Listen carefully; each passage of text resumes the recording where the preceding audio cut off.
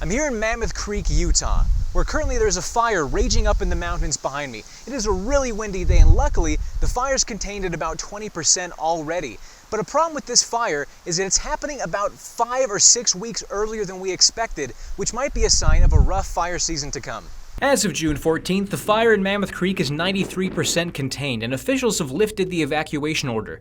The fire burned through 709 acres of forest, an area about the size of downtown St. George. Officials think the fire was started by a lightning strike, and thanks to the efforts of more than 240 firefighters, no cabins burned down. But in some places, the fire got really close.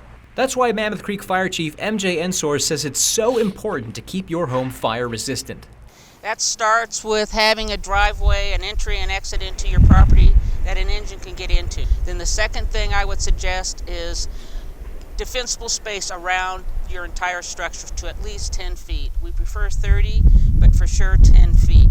Make sure you don't have firewood stacked on your deck, especially under your deck. I would keep the pine needles off your roof. Keep your house well oiled, well painted, so that it's a little bit more fire resistant. While the Mammoth Creek fire is under control, firefighters are expecting more this summer. Yes, this is probably one of the worst fire seasons we've seen in a long time.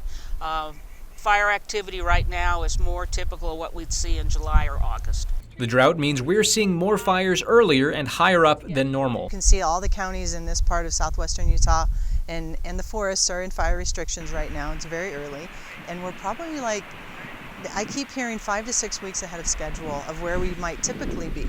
It's definitely a heightened awareness for firefighters, for residents, for communities, really for recreationists, everybody that's coming to Utah. While some fires like this one are nature-caused, the majority of fires in Utah are started by people, so be careful. Don't park your side-by-side or ATV in the brush.